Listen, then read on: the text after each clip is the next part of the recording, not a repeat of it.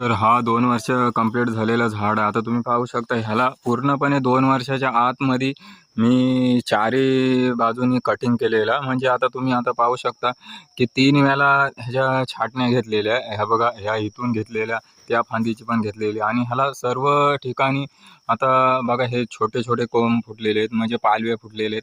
ह्या पालव्या आता तुम्ही इथं पालवी, इथं पालवी आणि ह्याच्यात सुद्धा ह्या पालव्या दिसत आहेत. भरपूर जेवढ्या झाडा कटिंग केलेली त्यानं सगळीकडे ह्या छोट्या छोट्या पालव्या दिसत असेल तुम्हाला, त्या तिकडं मोठ्या पालव्या.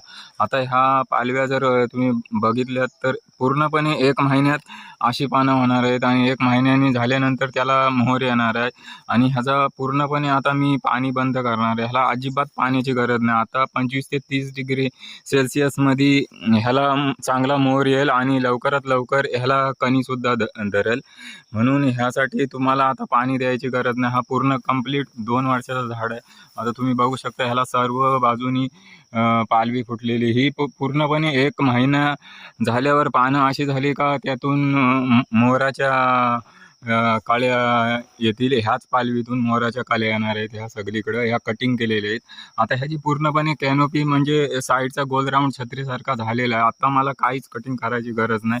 जर असं तुमच्या इथं असेल तर तुम्ही सुद्धा असं कटिंग करून 3 वेळा त्याची कटिंग घेऊन व्यवस्थित त्याची निगा राखू शकता. आता याला फक्त मी एक पावडरचा स्प्रे मारणार आहे, जेणेकरून तुडतुडा यावा नाही ह्यासाठी.